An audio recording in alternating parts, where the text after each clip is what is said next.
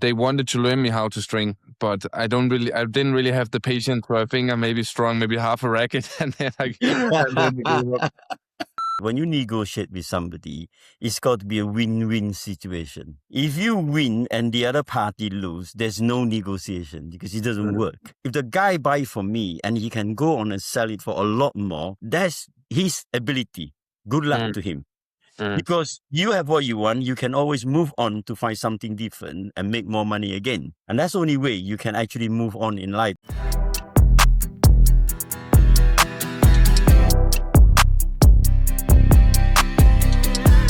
Hey guys, welcome to another episode of the Average Not Average podcast. I'm CK. I'm Victor. I'm YC. I'm Wei. And today, as you can see, we have two amazing guests with us, with me and Victor here. They are father and son combination entrepreneurs. They have been in the business, started by YC for over 40 years. They are related to badminton. I think YC started YC Sports in 1983, and it's now grown into a conglomerate, a group, so it's a family business. And yeah, I think welcome. And then today, obviously, in our podcast, we talk a lot about sports and business. So I think they have a lot of stories to tell. And I know that Wei already has stories with Victor already. So yeah, they have a lot of stories to tell. And so here today, we are going to learn from them. And also, hopefully, we can pick up something along the way. Wei, YC, congratulations, I guess. And then also, welcome to the podcast. Thank you for inviting us. Welcome, guys. Good to see you. Thank you. I mean, just very, very quickly, you both are father and son, and then Victor, you also work very, very closely with your dad, also father and son. Is it hard working with your dad, Wei? Victor as well? Is it hard? No, I wouldn't say it's hard. You have to know where the line is. You can don't go over the line. Victor, is that the same for you? Yeah, I guess you have to figure out a way to find the balance between being, dad and son, and be able to talk business as well when it's convenient, right? So if you're able to strike that balance, then I think it's obviously a very great situation to be in, and many good experiences with your parents is always good. So yeah, I guess. As Wei says, it's about finding that balance. And it seems like it's working pretty well for you guys as well. At least you're both alive, right? Especially you. I think striking the balance is very, very important in a sense. I mean, from my point of view, right, you have to strike the balance between looking after your son, make sure that he's on the right track. And also at the same time, you got to make business decisions which got nothing to do with family. So it's not easy, but when it works, it's fantastic. That's all I can say. Way to put it. Yeah. So for me, I was gonna go back to Wei, YC at the very, very start. You started YC Sports at 1983, and a little bit of history as well. So YC used to play badminton at an elite level. He played at the All England as well, and then starting from 1983 to now 40 years ago, and to the most biggest retailer in the UK with physical stores and also online stores. What has changed from back then to now in terms of one line, summary? What has changed from business in 1983 to 2026?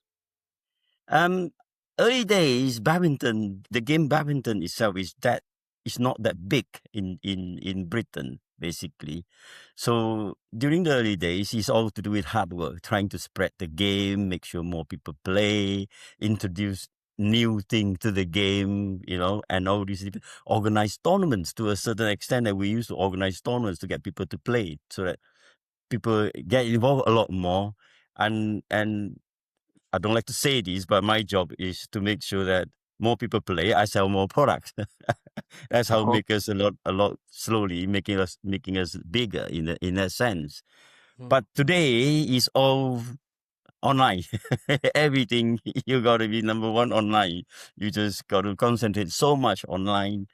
And in terms of products, I say today a lot to do with technology as well. The technology has changed so much, and people probably get a lot wiser to it as well and say okay, we believe in this actually make changes to the game. Hence, the products product range become a lot bigger. So the volume of business obviously going to get bigger. I mean, for argument's sake, in terms of shoes, badminton shoes, in our days, you buy green flash and that's it, nothing else. I mean, Yeah. today you sell hundreds of different kind of badminton shoe. So that's what happened. That's what the change is, and hence the volume gets bigger. Yeah. I think also it might be in terms of the, the internet and all the information you can find, like the buyers is probably way more educated now than they were in the past. So they have a lot of questions about this and there. And, I can even feel during my time, I started out on the tour when I was, 16 years old, and even during my rather long career, the information you're able to get and how educated people are about the products is, they know more than I do about my own stuff. The fans. True. So Very you true. need- They read about it so much, I would say that's all CK's fault, but yeah, he's a good content, but that's great. Because yeah. it's amazing to have that interest from the fans also in the products. Yeah. Yeah, Absolutely. the thing changed. The products changed so much, right? And Yeah. people don't realize. People start saying that today's shuttlecocks don't last as long. I always Mm. quote this to customers all the time. What you don't realize is, like, in the olden days, the equipment was so backwards. You Mm. don't deliver the power that you put in. But Yeah. today, the technology changed so much, right? You get so much power into the game, and the shuttlecock hasn't changed. The same No. goose feather used 40, 50 years ago is also the same goose feather used today. Yeah. I mean, early day when I was playing, we were using those steel Carlton rackets and Yonex Blackened and all those, right? And you Yeah. can't string the racket probably more than 20 pounds or 22 pounds. But Yeah. today they string it at 32, 34, So Yeah. shuttlecock obviously not going to change. No. They're not gonna last that much, So Yeah, people don't realize. And they say, oh yeah, in olden days we used to buy shuttlecock. A dozen of shuttlecock will last 9 matches or 10 matches. I mean, today a dozen shuttlecock probably only lasts 2 matches. So, Yeah. but the technology changed, everything changed. That's what it is. Yeah. I Amazing. think it's also incredibly important to have that perspective. So I've never really thought about that side of that side of perspective. Like, okay, there's more energy going into the game, more speed, more power. That also means more energy, and energy is a zero sum. You cannot create or make energy disappear. You can only transfer it across. And if the shuttle hasn't really changed much, whereas No. strings have changed, shoes have changed, rackets have changed, playing Yes. styles have changed, training Yes. has changed. I mean, Viktor, like, you're an incredibly physical player. Compared to YC, I guess when you're playing, the playing style is also very different. When like I was so much more playing, attacking now. Morton Frost was one of the best players in the world. I mean, his Sure. style of badminton and Victor's style of badminton is so much different now, Mhm. you know? So Yeah. everything changed, basically. But the shuttlecock hasn't changed. That's the only worrying thing in this game at the moment. I'm worried one day there's not enough feathers for people to play. Yeah, we talked a little about our, CK, you did the podcast on that. And for people who haven't listened to that, there is all the information you need in that episode. And that's one thing which is definitely very, very exciting to see the development of the shuttlecock, because obviously it's not sustainable the way it is now. And we're using so many shuttles during a tournament as well. And it's Yeah. getting more and more expensive for everybody. So, of course, something has to happen at some point. Yeah. Something has got to change, yeah. At some point, yes, they will have to have a substitute for feathers. Yeah. 100%. And then so YC, going back again, you first store YC Sports, and now I can see you have Central Sports. So YC Sports has become, I always call it the YC group, because, for example, when I get emails from Wei, the signatures are quite long. So like, how did it, like, I think in terms of my head, I would really love to learn what really made a difference and impact in the last 40 years. What was the key thing that happened this time? And then you go, poof, okay, we're now next level, like, scaling from 5 figures to 6 figures, 6 figures to 7 to 8. What was the key difference? And then I think I would love to get YC, your perspective, and then Wei, and then Viktor from your side as well. Yeah, from my point of view, early days to today, it's all about looking for the niche market that you good at. If you understand what I'm saying. Mm-hmm. I always believe in you cannot be good in everything, but you can be good in something. When you're good in certain thing, it's like badminton player. If you're a good badminton player, then you concentrate. But I'm sure, Victor, when you were young, you must be playing different types of game. And then Definitely, yeah. suddenly you realize badminton is my game, and you concentrate and you move on. And Yeah. in business, it's more or less the same for me. I mean, I started early days as a badminton player, and I saw a little niche in the area. There was no badminton specialist, and I started a small little shop selling badminton rackets. Like I say, going around telling people what the game is all about, all the new products and all kinds of things. And slowly but steadily, we grew. But then the game is so small, even however much you grow, you're not going to be that big in a very short period. So I found a little niche market in school uniforms and things like that. So we went into that at the same time. From there, we supply to one school, two school, 10, 20, 30. Now we probably do over 100 schools in terms of uniform. And from there, we venture into manufacturing because we're buying so much. We thought we'll make our own. So we Yeah. have factories in Asia making the clothing for ourselves and all this. So yes, that's natural progression in a way. But we didn't only progress in one way, but we progressed like horizontally and vertically, both sides of it. And that's how we got to where we are today. I mean, I'm very lucky in the sense that my children's actually buy into my business in the sense that they love the business. Soon as they finish the university, they jump straight into business. And that gave me a lot of opportunity then to explore different things. I mean, ever since John and Wei joined the business, and I slowly moved away from it and then started my own property business.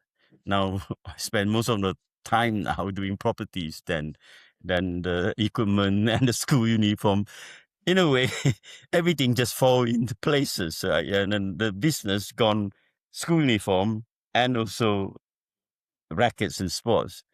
And because each of them's got so much to do, and they became specialized in their own thing. We become specialized in the online and all the equipment, and John went the other way into school uniform. So in a way, everything just fall into place nicely. And I Yeah, no, just take a seat these days and then concentrate more on my property business. He says he amazing. concentrates more on property, but he still strings 10 to 15 rackets a day. That's so cool. I still go to Seaway every day and say, have you done this? Have you done that? And he definitely, minimum 10 rackets a day. I still string racket. That's a good thing, right? I find stringing is absolutely fantastic. If you do anything, if you got any pressure in life or whatever it is, right, just go and string racket. That, to me, I find is so good. So I Wow, still do it now. Wow. it's And good. then As you say, CK, it's a good way of relaxing, right? It's not for you me. Not for Yeah, swinging. he's very, very good. I mean, I do it all the time. I Nice. really enjoy it. Nice. Yeah. And then I think I mean, Victor, you don't string much, do you? I think do you hand your stuff to It's someone funny, else? while YC he was talking about that, I actually worked with the Rasmus Skousen, who you did the last podcast with. I was Yeah, working in his small shop for a small period of time when I was just very young, and they wanted to learn me how to string, but I didn't really have the patience. So I think I maybe strung maybe half a racket, and then I gave up. So luckily it worked out on the court for me. I don't think I would have been good stringing rackets, but I guess you can always learn it. But yeah, I didn't really have the patience. Yeah, it's definitely all that is very, very interesting, and you can nerd so much, into how. Funny in Malaysia, right? Most of the Mm, top players, when they grew up, they strung their own rackets. yeah, I amazing. remember talking to Chong Wei, because Chong Wei is a good friend of ours. Yeah. Talking to him, and when he was young, they used to have a stringing machine in their dormitory. Yeah, And when they finish training, they go back and they string their own racket. yeah, it's a good amazing. skill to have. Yeah. It's Yeah. a good skill to have. Yeah. And then Wei, talking about stringing, you also string as well. And then so main stringer is your dad, YC, and then also you have quite a lot of machines in all of your stores. And so Is it always a fight to try and get the rackets done so customers can collect their stuff or ship those out? What is the priority here? Like, because you're online. I remember you joining the business quite a few years ago after university, and then there was a real focus on getting digital, making everything digital. So I guess it's scalable, right?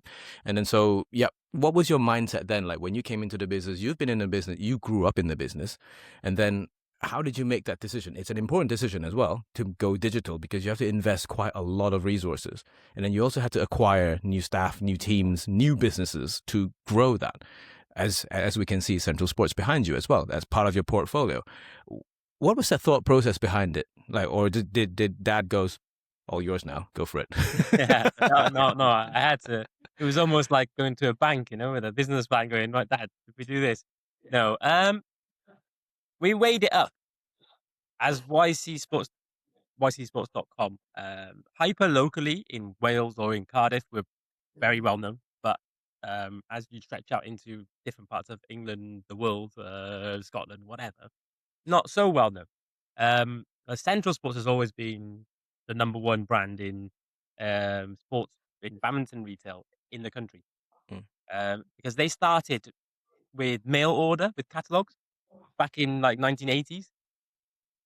So people were already used to ordering off them before they went online. And so luckily, I suppose, the owners of Central Sports were looking to retire because they were, I think one of them was 70 odd years old. The other one was early 60s. So we got in touch and agreed a price.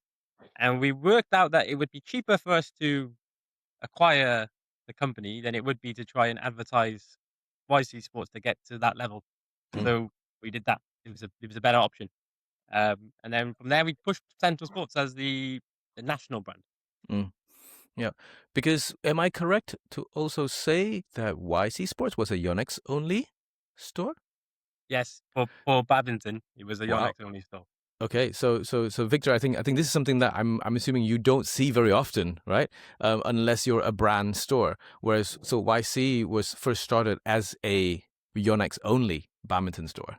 So that's Yeah, that's pretty cool. You don't see that often at all. I think it must be almost only they have in Shanghai and Japan and some places in Asia now Yonex only store, right? But that's not something you see very often. And obviously in Copenhagen now you also have. But that's very, very cool. We didn't start it as a Yonex only store, but because we love the brand so much, right? Yeah. Inevitably, you sell more of their products. And because the other products are not selling, we say, oh, forget the others. We just concentrate on this. And that's how we became like a Yonex store in a sense. I mean, most people in Britain probably still think we are part of Yonex, actually. But we're an independent store. Yeah. In that sense. So we didn't actually try to be a Yonex Yonex store, but it just happened to be that way. And we got very friendly with the Yonex hierarchy, and I even got friendly with Ben Yoniyama himself eventually because we talk about it so much and things like that, and we became friends. Everybody is a Yonex fan. They just want to admit it. Some of them. We all know that. Everybody's a Yonex fan, 100%. Yeah, because I think then that also leads me on to negotiations. Because, for example, Victor, in your line of work, there's negotiations going on every single day. Wei, YC, same for you as well. Like, so Wei used to talked about buying a business, acquiring a business. That required some negotiations. For the three of you, would you be able to give us one line of what negotiations mean to you and how does it work in your opinion? Like, I mean, I know this is quite a hard question to put. Wei, maybe you don't have to start. We can start with you, YC, and then go to you, Victor. Well, I always have this principle in my mind to say when you negotiate with somebody, it's got to be a win-win situation. If you win and the other party lose, there's no negotiation because it doesn't work. Do you see what I mean? So you got to walk in there with the mind of this is the price I think will work for both of us. Do you see what I mean? And then you go and offer that. Maybe there is a little bit of movement, but not to a certain extent where you are 50% away. Do you see what I mean? You're 5% away whatsoever. There's always a give and take. And most of the negotiation we move in, we inevitably will get the deal done. And that's because we have this idea that it's got to be win-win. The guy wants to sell it to you, right? He's got to have a figure in his mind. Otherwise, he won't sell. Do you Mm, see? Mm. yeah. And that's how I always deal with negotiation. Equally, if I try and sell something to somebody, I have a number in my mind, and this is what I want. If the guy buy from me and he can go on and sell it for a lot more, that's his ability. Good luck Mm, to him. mm, Because you have what you want, you can always move on to find something different and make more money again. Because you cannot do that well anymore. If the other guy can do it better, yeah, good luck. You can make whatever you want to make. So long as I make what I wanted to make, then the deal is done. And that's the only way you can actually move on in life. If you sit on there, you're not moving nowhere, and they're not moving nowhere, then it's no good for nobody. Victor, like for your negotiations, like how do you prepare to go into yours? Because yours impact your career directly, don't you? Yeah, it does quite a bit. I think for me, you know, the not the challenging thing, but you know, the most interesting thing for me has been like there has been for many years where the brands has been used to paying, you know, roughly this amount for the badminton players.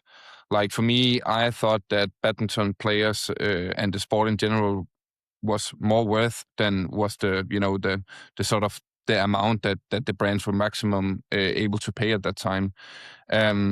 So for me, it has more been about also getting, you know, some of my sponsor, like, first of all, try to see if I can get some information which would justify my brand value as a player, and then talk with the brands and make them understand, you know, all these initiatives and what do I do and why do I believe that, you know, I'm worth more than what they used to pay. And I think that just for badminton, in its entirety and for the players, I think that we're at a way better place now than we was when I started out. Players are making more money now, and hopefully it will only go in one direction. And that's not only because of me; that's also because of other top players who have been very good at negotiating.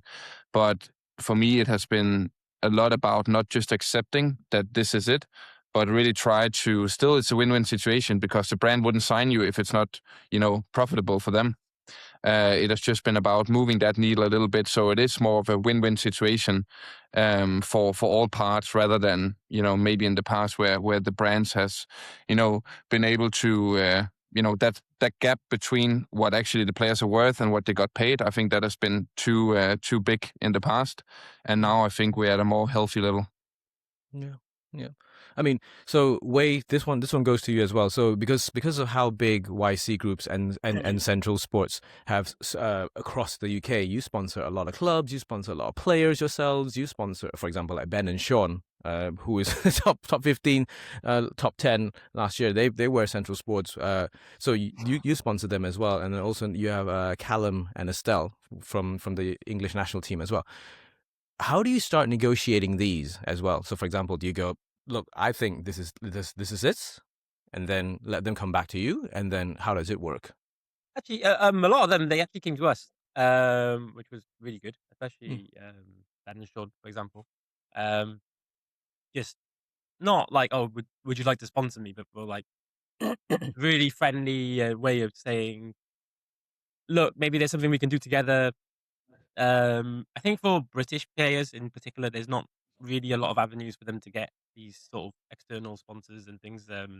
Badminton in UK is not like Denmark, whereas you get like the big biscuit companies and the big Denmark corporate companies and HSBC. Well, that's because you're Olympic champion, but it's different.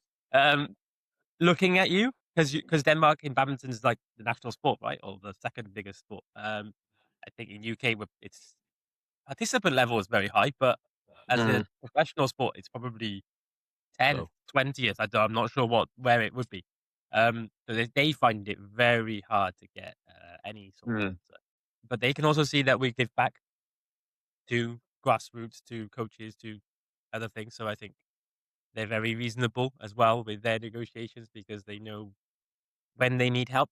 Yonex are out of stock, 100 are out of stock. They need a racket for tomorrow's tournament that they're going to Malaysia. They know they can pick up the phone and I'll give them one and help them out. We've just opened a store in the center, so they've now got a little bit better service, stringing as well and things like that. So they're very reasonable with us, as they really can see that we're trying to help them too. Yeah. I think Nice. it's back to working together, basically, Yeah. and also value for money. I think. I mean, and whatever they get from us, they probably view that as very important part of what their playing career. Yeah. And from our point of view, whatever we give them, we get value for money, and that's how it works. Perfect. 100%. Yeah. Yeah. I think also, I don't think I've ever told this stories publicly to anyone. So it was actually Wei that reached out 1 week after the very first video I've posted on YouTube about badminton. So he reached out and said, "Hey, CK, I'm loving that you're doing this. How can I help?" There was no discussion about, look, how much are you going to pay us or whatever. He goes, "How can I help?" And I love this mentality, this philosophy. I think YC maybe over some of our dinners, I've told you before, like a lot of my philosophy is, let's try and make it work, and then we then talk about the finer details after. If everybody's not too far apart, let's just make it work. Let's make it work, and then let's see what happens. And so because of Wei reaching out, just 1 week into the first ever video, which was horrible, by the way. If you go and look at it now, I kept it up. But if you go and look at it, you go, oh, like it's cringy now. But I guess that's also part of progression. But I think it's also because of this mentality where you reach out, and I was nobody then, absolutely nobody, just a random guy that loves badminton, loves talking about it, and they go, "Hey, how can I help you?" And then that's where a lot of the equipment reviews started as well as part of this process. And now, quite a few years in, we now work together. Like our team works very, very closely with Wei and YC's team, producing a lot of their digital content and stuff like this. And so, yeah, and it slowly snowballs. And if you bring value to the table and both sides of the party are really happy and committed to it, something can grow from there, So Can I come in with this part of it? Right? Absolutely, yes. I have to say, we got Yonex business in Cambodia and Laos at the same time, and I often visit Cambodia. And when I was in the retail shops that we supply to, and people know Viktor Axelsen, there's no problem whatsoever. And some of them came up to me and say they know CKU. And I felt so proud. I really felt so proud. I say, "Do you know CKU? It started working with us."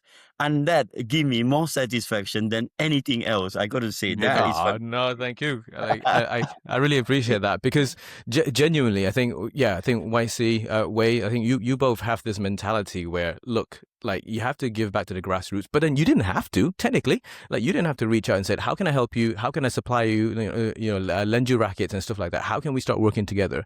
And I think in business, this is a real key lesson here to anybody who's wanting to do business, or at least anything in with impact. You have to start somewhere, and then this golden helping hand is incredibly important, the timing of it. But then Wei, so I'm really appreciative, of YC, Wei, and then Viktor as well. You didn't have to say yes to many of the things that I've asked you to do. You just go, "Yep, fine, we'll do it." And then I think here's a really good lesson to everybody. All the viewers, all the listeners, reach out, and then don't worry if people say no, because you can always ask again. And then really appreciate those partners that reach out to you and offer you help, or not necessarily get out of jail card, but offering you help to get to where you need to go. So really appreciative. But I don't think I've told this story anywhere. Viktor really is a fantastic ambassador for the game. Not only Olympic champion, all this, right? He even learned how to speak Mandarin. I mean, that really is fantastic. Because you show the world, right, that if you want to do anything, it can be done, so long as you were willing to learn. Do you know what I mean? Yeah, that was fantastic. I really, really, really admire you for that. Thank you so much. That's my wife is from China, and she told me that your Mandarin is better than CK's, but my wife says that too. So yeah. No, it's definitely not. I put myself in the position that, once you did your first interview in Mandarin, back, I think it was back in 2016, where that at the Olympics there in Rio afterwards, it went sort of viral. So there was really no No turning way back. going back. Yeah. So I had to keep going, and I was rewarded for it, like both, in many regards, being able to communicate with the Mandarin speaking fan base and all the kind of things. So yeah, it is by far the best investment I made in myself, was to be, like, you could say, the first mover on an European badminton player speaking Mandarin. It has really been great in many regards. Yeah. And I then- bet you must be very well liked in China when we go to China. Yeah. Yeah, it's great. Yeah. Once again, the most rewarding thing has also been be able, to get new friends, and through the language and stuff, you get so many exciting relationships and meet good people, and that has been very very rewarding in that regards as well. Mm. It's good to hear that. Yeah, thanks.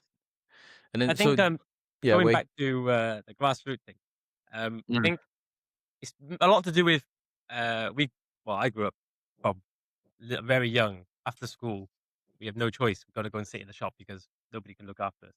And so we love shops, and online retail kills shops. So the work ethic behind a shop manager or shopkeeper, we tried to put in online, because also I think online retailers or online market can be, lazy is probably the wrong word, but you haven't got the ability to bring in the people or talk to the people to bring them in. You're relying on, so I think we try to bring that method into online in a hybrid sort of approach. It's different, but it's working. Yeah, it must be, it must be extremely hard also with the pricing and with all the kind of follow along, and people coming in trying shoes or whatever, and then try to go home and find it online and stuff. It must be a very hard transition, going so much, away from, because there's also an experience about, for me at least, I'd rather want to go in a shop and have the experience of actually, if I remember that clearly when I was getting my first rackets and stuff like that, going into the shop, getting the experience of buying the racket and stuff, instead of it being delivered to your doorstep. It's just a different experience as well. And talking about the rackets and all the kind of thing, that goes away a little bit if we're moving only to, to online web shopping and all that kind of thing. Yes. I still feel like Mm. this doesn't matter, and how good CK's video is, or how good Yonex's marketing is, or how good my description is. There's no way you know that racket is the right one for you No. without feeling it. Until you feel it. Yeah. Yeah. I say that all the time. It's like the main thing. If you hold a racket and you start swinging it, you will know if it's right for you or not quite quickly. Right? And then if you have a second one to compare on the side, and then that's why I always recommend going into the store, try a few ones, and then make a decision from there. I think we can provide you with as much information as possible, but until you feel it yourself, it's quite difficult to do that. More so now with the Yeah. different rackets. You got a light head racket, the average balance. You got heavy head rackets, different stiff shaft and flexible shaft. All those are so important now to everybody's game. And some people may not like a light head racket because of the way they hit. So yeah, you got to feel. Really got to feel the racket to know what is good for you. 100%. I see where you have a racket on your table. I'm assuming that is a Viktor Axelsen Yonex 100 ZZ. Yes. I for it sure is- Awesome. Whilst we were talking I about want to say it's first edition because it was the first ones that were in our first delivery. We've had lots of deliveries since then, but no. When it arrived, I was worried it was very limited, so it went straight into my office. yeah. Thanks. Well, we were talking about negotiations. Like, okay, can we, Victor, can we negotiate like a special price for us for the people on the call? Can we all have a letter? A handwritten one. We'll figure out a letter somehow. Yeah, we'll figure it out. I love that. Yeah, we'll figure out a way. But then here, I also want to take viewers and and listeners through this process of, for example, like you, Victor, having a collection with such an iconic brand, Yonex, and then also through a retailer's perspective about, for example, how does the stock or how does the product shift from manufacturing all the way that arrives onto your doorstep, on the shop, or the buyer's doorstep? Because I think people don't really realize there's a lot of challenges involved, in designing the product and then finalizing it. And then I think, Victor, I remember you saying that the process took, what, years? Like something like 18 months from start to finish? Yeah, since the first, design proposals and, the talks and everything, it took a long time before it actually, especially before it got to market and stuff like that. So it's just, we don't really think about, especially in terms of Yonex, like such a big brand, and how the whole thing works in terms of retail and stuff. It's a very, very complicated process. And that has been a big learning experience for me as well, trying to get an understanding about how it works and all this kind of thing, because as a badminton player, you just want to go. But there's a lot of moving parts in stuff like this. And yeah, that has been very, very interesting. And then, so from a retailer's perspective, I think especially the online customers, people don't realize that you have to then also, make sure there's stock enough for people to purchase. You then have to, once they've bought it, you then have to make sure they are strung, packaged the right way, shipped, make sure they don't get lost, insure them. And then if they arrive and if they're not happy, they might return it to you. How do you cover that? So, for example, like in terms of that, like you have to have staff, members of staff and stuff like that in terms of logistics to do that. How do you cope? Just take us through a day. So the warehouse staff will come in at 7 to start printing the orders that get picked. That can, depending on how busy it is, that can take 2 hours to pick them all up ready. Then they'll get all the stringing instructions ready with the rackets, pop them into the stringers. At which point, hopefully, the stringers have showed up. We have 4 in the warehouse. The 4 stringers in the warehouse will look at the queue of stringing and work out if it's too much. If it's too much, it goes to our main shop, which is in just about 2 miles, 1 mile away from my warehouse, where my dad's normally, where they've got 3 machines. So that's 7. The shop in Birmingham, which is right next to the All England Arena, that has 3 machines. So that is, they'll do any rackets that they can do as well. And then our shop in Milton Keynes has 1 machine. So that is 11 that are fully manned from Monday to Friday. So we like to say that we average around 2.5, 3 rackets an hour per person. The reason why it's a bit slower than what you might imagine is because we might have to serve a customer in between. We have to censor it ourselves as well, obviously. So there's a lot of breaks in between. So you probably string around 30 rackets an hour, 8 hours a day. No, probably maybe 7 hours a day. So 200 something per day. Wow. Okay. 200 rackets a day. I mean, including like customers bringing in restrings as well as new rackets. Yeah. And same time, I get a text message every now and again. Where are you? Are you free? Can you come and help? Yeah. The reason why that is because we can throw a stringer off that's maybe not as fast as him, and then he comes in and So you really like the stringing side of the business is still like there's a lot of stringing to be done. I guess that's one of the things that AI can't replace as well. That's the stringers. That's not yet. Not yet. Yeah. So we don't like to sell rackets without strings. Reason being, I don't believe that it's right for the customer to open a box with the racket in. You can't use it. Yeah. You should be receiving something that is like perfectly ready for you to get on court. Yeah. So we actually offer free restringing on any rackets that come in as a frame from suppliers. So mostly Japanese pro rackets or whatever. They'll always have a free restring. Nice. For this reason. Yeah. And they can have a choice of their string and the choice of their tension, whatever pound they like to, and we string it to their requirement. I suppose this is the added value that we give that most other retailers don't provide. Nice. To say, and you have to do volume to be able to do this kind of service. Because don't Yeah. forget, you have man standing there whole day waiting for rackets. I mean, Yeah. luckily we got racket waiting for man, so it's not so bad. Yeah. For sure. And then, so one thing that I get a lot of questions every single day, I get it. So, for example, every single racket manufacturer has a recommended string intention. So, for example, let's say if Viktor comes in, Viktor blindly buys your rackets, not telling you he's Viktor, and he goes, I want 31, 34, 31, 33. Do you first contact them and go, look, guys, this is above the recommended tension? If you do, we're happy to do it. But if you do this, then there's probably no warranty or whatever. What do you do? What do you say? Yes, we always do that. Because we always tell them, do you realize by stringing it to high tension doesn't give you power? A lot of Yeah. people's got a wrong impression thinking that if I go high and it sounds so good, I get more power, but it's not. It's the other way around. And we keep telling Yeah. them, do you realize that? And then they say, oh, yeah. If that's the case, I will know. We just go down to 27 or 26. I said, well, that's more like it, but not at over 30, because if you can't deliver, it's okay for Viktor Axelsen because his timing is good, he's got power from his wrist and everything. But you haven't, I say, so you can't Yeah. do that. So in a way, we educate them as well at the same time.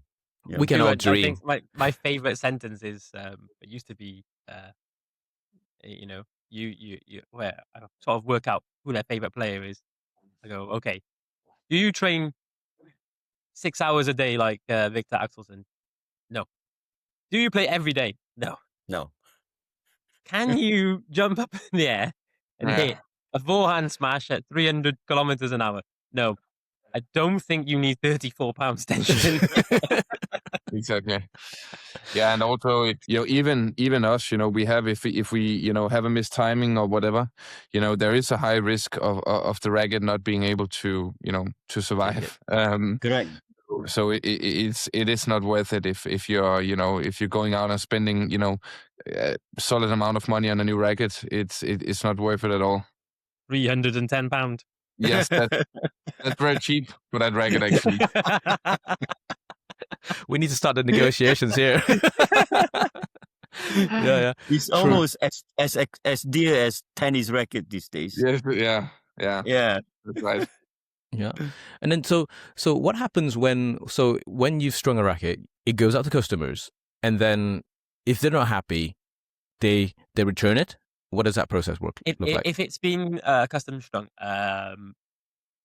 no, we don't let them return because they've chosen it to be custom, and obviously that it's technically we've used the frame and it's not brand new. We can't sell it to the next customer within reason. But if it was something that they chose with no customization, yes. Okay.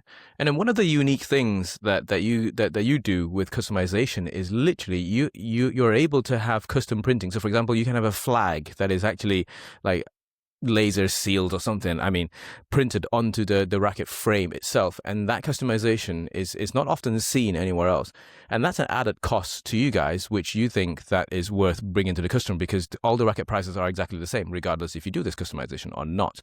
What was that mindset behind that okay, we will cut our margins, but this will give our customers an edge? It's a unique selling point, right? Without devaluing the product or brand. I think all of us could race to the bottom until you make no money and try and do loads and loads of. But actually, the market is only this big, right? So it doesn't matter if you bring the price of the racket down. You're still only going to sell 100,000 rackets in the country. I don't know how many rackets it is, but that number doesn't change because you've only got that many people playing badminton. You've only within a tolerance. So every online retailer likes to cut price, but you're not going to increase your sales or your profit. You're just going to increase your workload and devalue the brand and the product, which they probably won't like. So our idea was just to bring in a unique selling point to the customer and a service which makes it very much personal. Nice. Yeah, I think because I think Viktor, I think next time I will actually show you what Central Sports does, because I think it's actually quite cool. Because do you customize your racket with like a sticker on the butt cap or something like that to say this is yours? But I guess on the tour nobody plays with your rackets. Come on. Me? No, I don't. I don't have anything. I don't have anything on my, but I can see it or feel it in the way you grip the racket and stuff. That it's my racket, but there isn't really any other professional players on the tour who plays with my racket. I think they use the other colors. Are they allowed to even play with your colors? Play with your branded ones? Yeah, I don't know. I guess so. For my sake, it's fine. Okay, but I don't know. It probably would be a little bit weird, I guess. But I think maybe only Un Ziyong used to use or maybe he still uses Lee Chongwei racket. Yeah. Okay. Yeah. Okay. Pretty cool. And then, so do you have a store that services your swinging needs locally where you're based, wherever you are in the world? So, Viktor, do you normally have like a store that you go, okay, like I've been with these guys for so long, and then everywhere you are, like say in Dubai or in Copenhagen or something. Copenhagen, clearly the Yonex store services your rackets, no? Like in Dubai, Yeah, they do. Do you have like a secret stringer in the room? Red Sports, they help me here. They're also doing quite a good job, actually. Good service, and they have been very supporting as well for me while I've been here. So yeah, I have every place you are.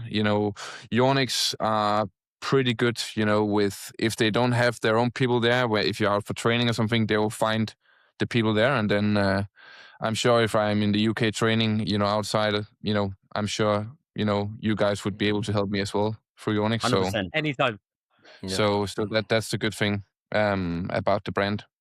Yeah, and then I think Central Sports is also the retailer, the official retailer at the Yonex All England, so the ones on the concourse. So Central Sports is also part of that. Wei, I remember regarding Yonex All England, you have a little story about Viktor, no? One time. Yeah. It was a couple of years ago, so I think it might have been 2023, England. Maybe not. I'm not 100%. On a Monday, and the accreditation desk was a little bit late opening, so you couldn't get your pass, and there's a big queue. So Viktor, being, Viktor, was looking for an entrance, but didn't want to queue because he wanted to go training. So he's making his way around the arena, and he suddenly appears at a fire door next to our stand. So I've got about 30 people on the floor counting and moving things. They've all looked up, and there's Viktor Axelsen at the door. They're panicking. They don't know what to do. They're like, "Can we let him in? Can we let him in? He hasn't got a pass." I said, "He doesn't need a pass." So I went over, I opened the door and let him in. And he probably got told off later for not having a pass. But no, we got him in. They're very, very strict at the All England with those passes. So, and we weren't able to get them at that point. And when you're in Birmingham, that's basically the only place you can practice, really. Is at the basement area. So yeah, it's sometimes a little bit, if you arrive early, especially, it's sometimes a little bit hard to get to training. Yeah. But then, like, next time, if there's any security stops you, just go, look, that's me, that's my face on the banner, the massive banner. That's me. I haven't got my pass yet, but I will. That happened to Roger Federer at Wimbledon. Did he? Yeah. Yeah, he tried to get in without his pass or something, and they were like, "No, you can't." He's like, "I've won this thing like how many times?" It's like, yeah, wow. It's like, look at this is me. I'm me. Yeah. I mean, Viktor, do you also have stories like this where you're going somewhere, obviously badminton related, no pass, and then told security you had to use your "Do you know who I am" card? Have you used your "Do you know who I am" card? No, I have a very hard. I'm using that card. But I'm always like, I'm very, very like. Of course, things can happen, but I always take the pass and I put it on my back, so I know that I won't, I won't need it, or I won't miss, having it with me. The only thing is sometimes when you put it on the back, and then sometimes you go without having to use your back, for example, if it's treatment or if it's like a, autograph signing or something. But then there's usually people there who can help you get in anyways. So it has almost never happened, like only on some occasions where I arrived early, also in Japan, where Japan, they're also obviously, very strict. Very, very strict. And there has been some times where you would have to, sneak your way in somehow. Yeah. I'm sure someone got a slap somewhere after. There have been visions times of you in a box or a Yeah. some sort of crate. No, there has been times where you arrive very, very early in order to see if you can, before they start, for example, the qualification, you get in there very early in the morning to get a feel for the hole. And then they, over the speakers, they say, now you have to leave the courts, like this was back in the day. And then you continue to play a little bit just to, stretch it a bit. Yeah. And, it can get a bit ugly. Yeah. I suppose in terms of security, right, you probably be able to sneak in Asia easier than in Europe. Well, maybe apart from Denmark, because in Asia everybody knows you. If you're all England, some of the security men don't know who you are because they don't play badminton. Exactly. But in Asia, everybody plays. Oh, that's Viktor Axelsen. Let him in quick. You're right. You're right.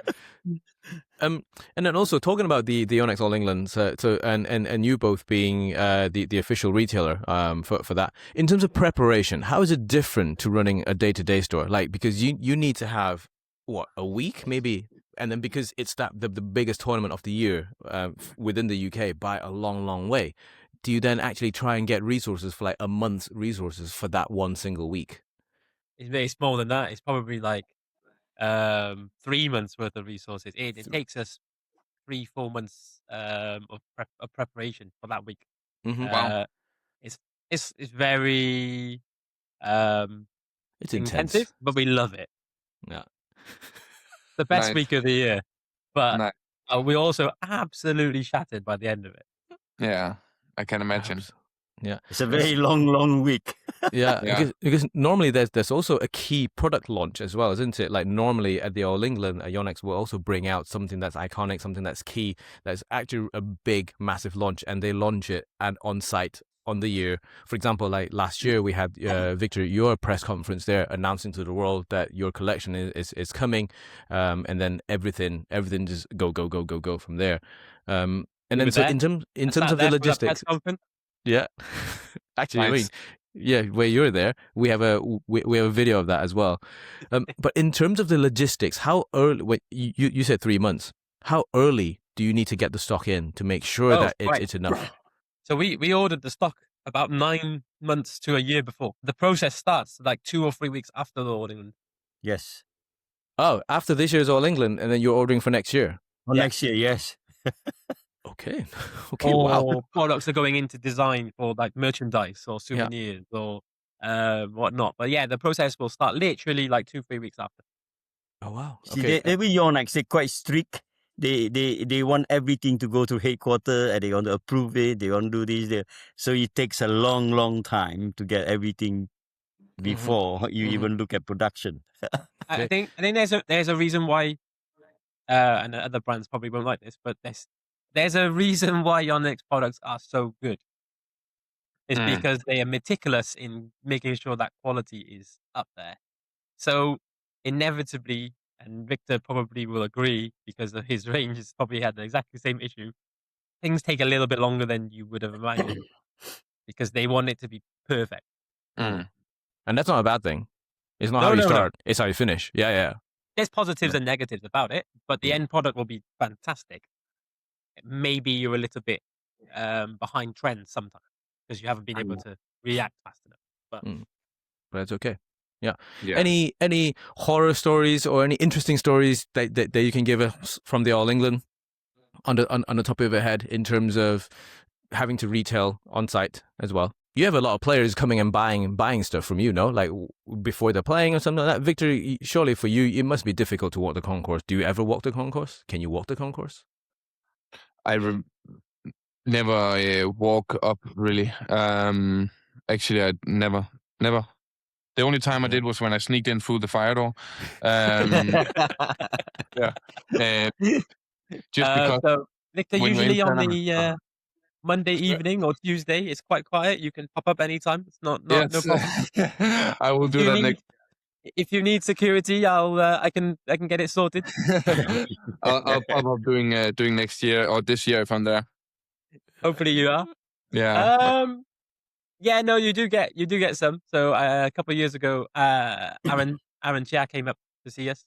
It was the year after he won the world championship, so he was world champion, and he came up with like big jacket, hood, hat, scarves, everything, everything that he could to try and disguise himself. But we had a lot of Malaysian staff.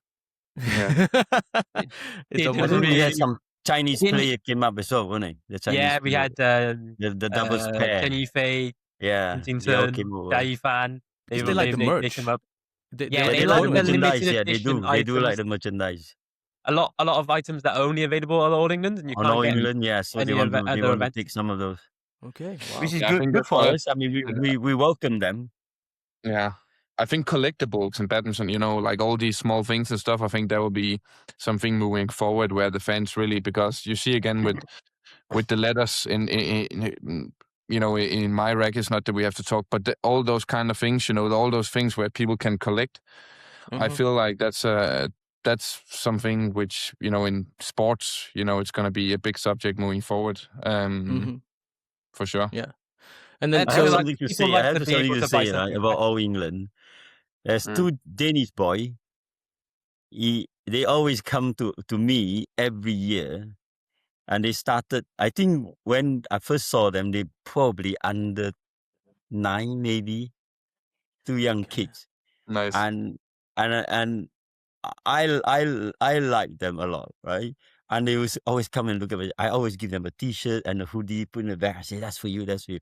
And they're really, really happy. And the following year, they're back again. Now they're slightly bigger. I remember I got to give them extra small. Right. Now I give them small. And I Nice. suppose these All England, I'll probably see them again. And I probably got something for them again, right? And I say to them Yeah. all the time, I say, one day I want to see you like Viktor Axelsen playing in the final in that hall, I say. Yeah, They're huge Victor fans. Yeah. Kia brings them up to see us every year. Kia bring them to me at first. yeah, nice. I don't know, Amazing. you know Kia? Yeah. Yeah. And then I became friend with them. So every year they look for me all the time, and I say, yeah, Amazing. you're back. That's It's a good amazing. story, One day I hope I see them in the final, I say. Yes, for sure. They Me play for too. the national team now. I think they're under 13 now, I think. Amazing. Yeah. That's great. Yeah. Again, this goes back to the grassroots mentality, right? Like giving back to the community, giving back to the community. I think previously when you first started, you talked about it. I thought it reminded me of the Michelin and the Michelin guide theory. They wanted to sell more tires, so why don't we make a guide for about restaurants for people to go to, because they travel more, they use the tires more, we get to sell more tires. And so this mentality where not really directing marketing directly, it's really, really important and also impactful. But also, like, when you're telling all these stories, like, all of us, we're just sitting here smiling, laughing about something like this, because it's really good. Like, it's important to be able to have the next generation of players to actually play for and also fight for. And yeah, this is really, really important from that side. I want to also sum up one last thing here. Victor, obviously we've been talking about businesses a lot. Would you be able to sum up your entrepreneurial journey for now? It's still starting, actually. It's not even close to ending. You're building it. One sentence from that, like one sentence of goal for people to take away. And then I think YC and Wei, you both should also think of one too. No, I think it's about again, being honest and being transparent and simply just having good conversations and be true to yourself. Also, when in business, we hear a lot about being very a hard negotiator and all the kind of stuff. But I think what YC also was saying, like make sure that you're a good person and you have good conversations. And sometimes you will disagree on some stuff and then you will move on, but that doesn't mean that you not wish the best for the other part. It's it has to be also hopefully you will be able to grow up and be friends with the people you're working with, and it will be a much better partnership. So there has to be like the human connection and having respect for the other parts as well. I think that's what I try to do in whatever I do, both on and off the court. Yeah, that's really good. Well done. Awesome. YC, do you have any advice for aspiring badminton players who want to also become business people? All right. All I can say is, right, if you want to be successful in anything, you have to have that kind of sporting mentality behind you. I don't know whether Victor agree with me.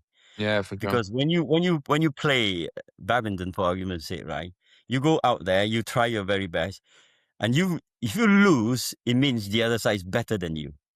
So what you got to do is learn from that and say, like, maybe that side of my game is not as good as his. I have to improve that side. And likewise, in business, it's exactly the same. If you can't beat them in what they are good at, try and beat them in some other way. Do you see what I mean?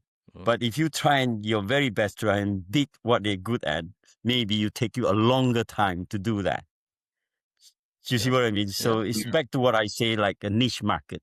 If you want to be successful, find a niche market first, get in there.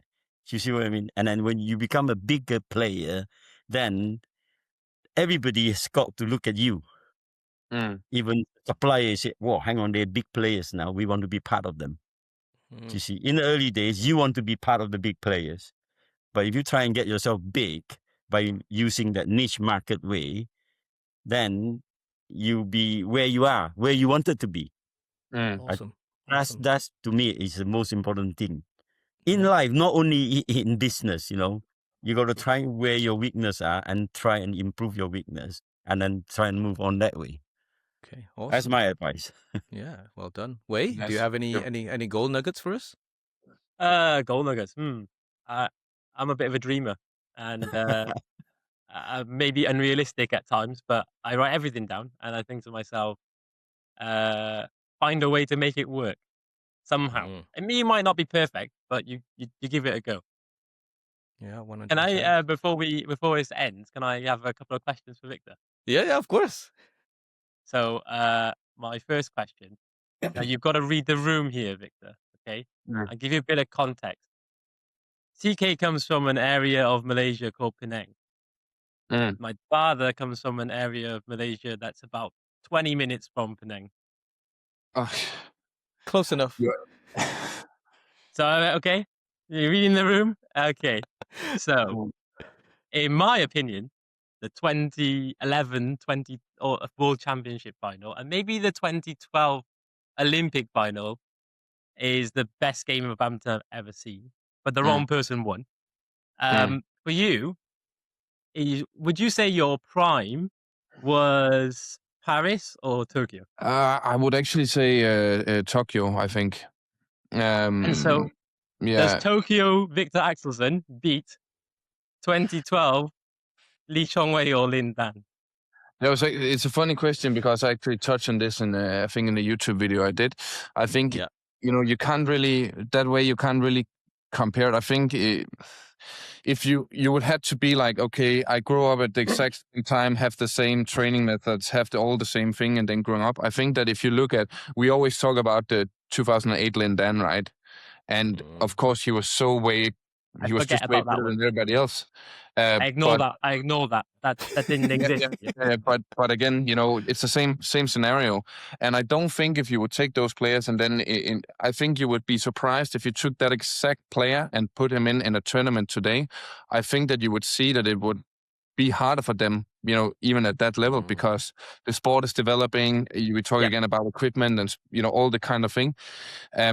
It's impossible to answer that question. I would say though that if I grew up at the exact same time as Lin Dan and Chong Wei, it would obviously have been very, very, very hard to compete with those because there's just it's talent that only comes who knows, right?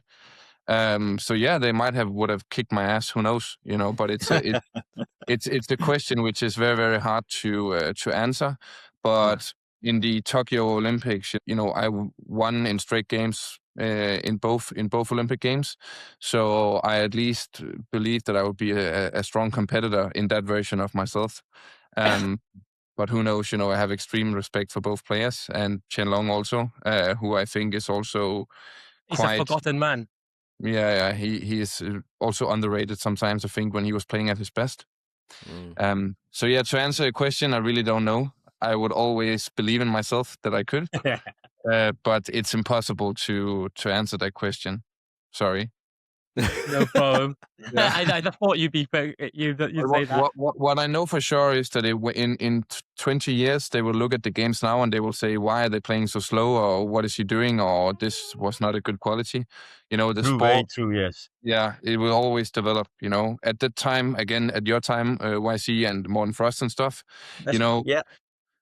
still now you also think, whoa, it's, why don't they, smash more? Why don't they have this shot and all the kind of and that's just the natural development of the sport. So Yeah, like the equipment, as I mentioned before, your exactly. equipments get better. Even your shoe is better than those days, Shoes, the training methods, the nutrition, Yeah. everything, everything just gets better and better. So it's hard to compare players like that, but it's fun for fans to do that, scenario. And think about that. I But think for yourself, and I say to Lee Chongwei the same thing. It's harder for you and Lee Chongwei than the Chinese player, because you really outstanding player in a pool where there's no other people who are quite close to you. Do you see what I mean? What I mean that is like in Denmark, right? You really don't have another person who is as close as you the day when you were playing very, very well. And every tournament you go to, right, you got Chinese in the semi, Chinese in the quarter. Do you know what I mean? You have to go through all those to win a competition. Exactly. Chongwei did exactly the same thing. You know what I mean? So it's not easy. It's not that easy. And you don't have the sparring level, right? Lindan has like 8 world-class sparring players at the time. Yeah, I think if you look at the, and it's very, very, again, when you have these conversations, you have to have respect for all the players who are also on the tour now, right? If you look at the, the top back then, I think when you look at the talent mass, the talent in that era, you had Taufik, Gade, Chen, Lionel, you just have like unique talents all growing up at the same time. We also have had that through Maya, but if you look at the names, if you look at the qualities of those players, I think, you will probably look back on that and being, the most, the toughest era of badminton for a long, in my opinion, because of the talent there was, it was just unique talent all the way around.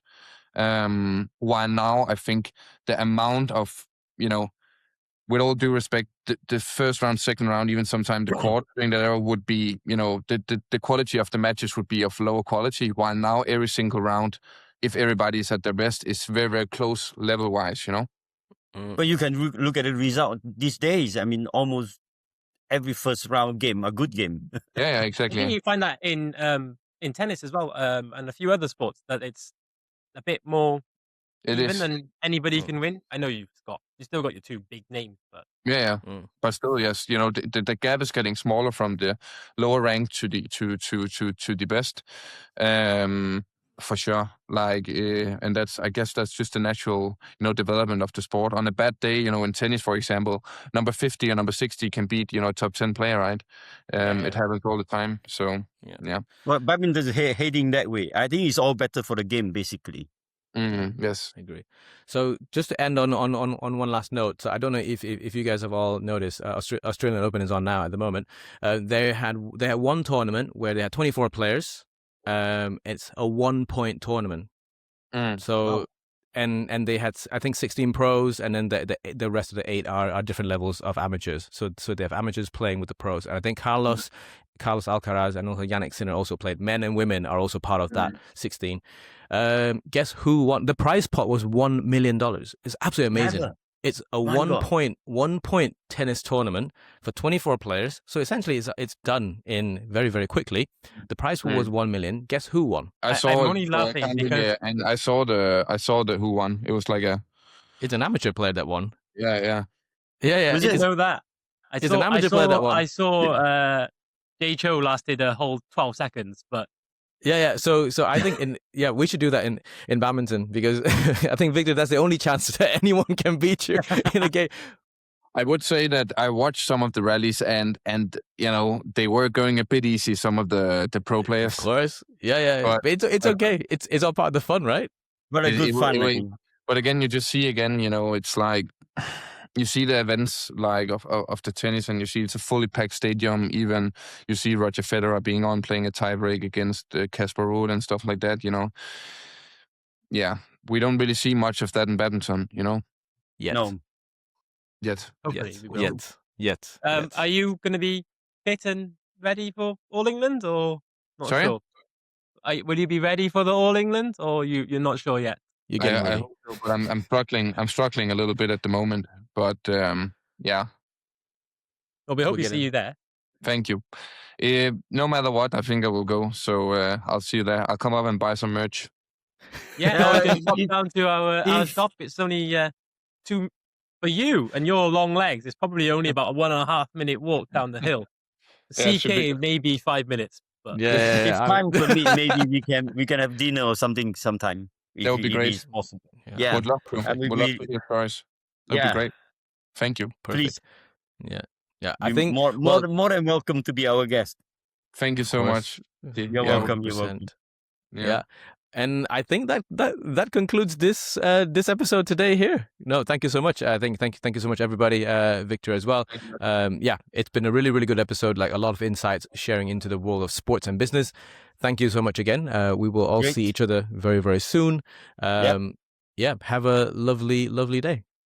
And Thank you, guys. Really appreciate it. Thank you. Thank you. Cheers. Bye. Cheers. Bye. Bye. Bye. Yes.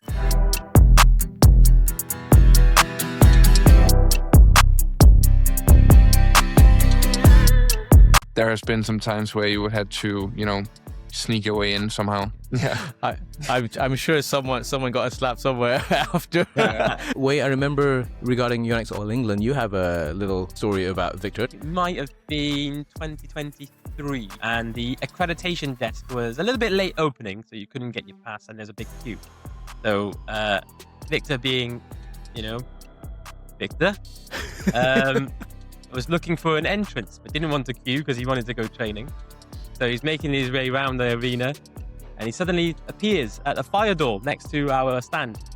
So I've got about 30 people on the floor counting and moving things. They've all looked up, and there's Axelsen at the door. They're panicking. They don't know what to do. They're like, we let him in? He hasn't got a pass.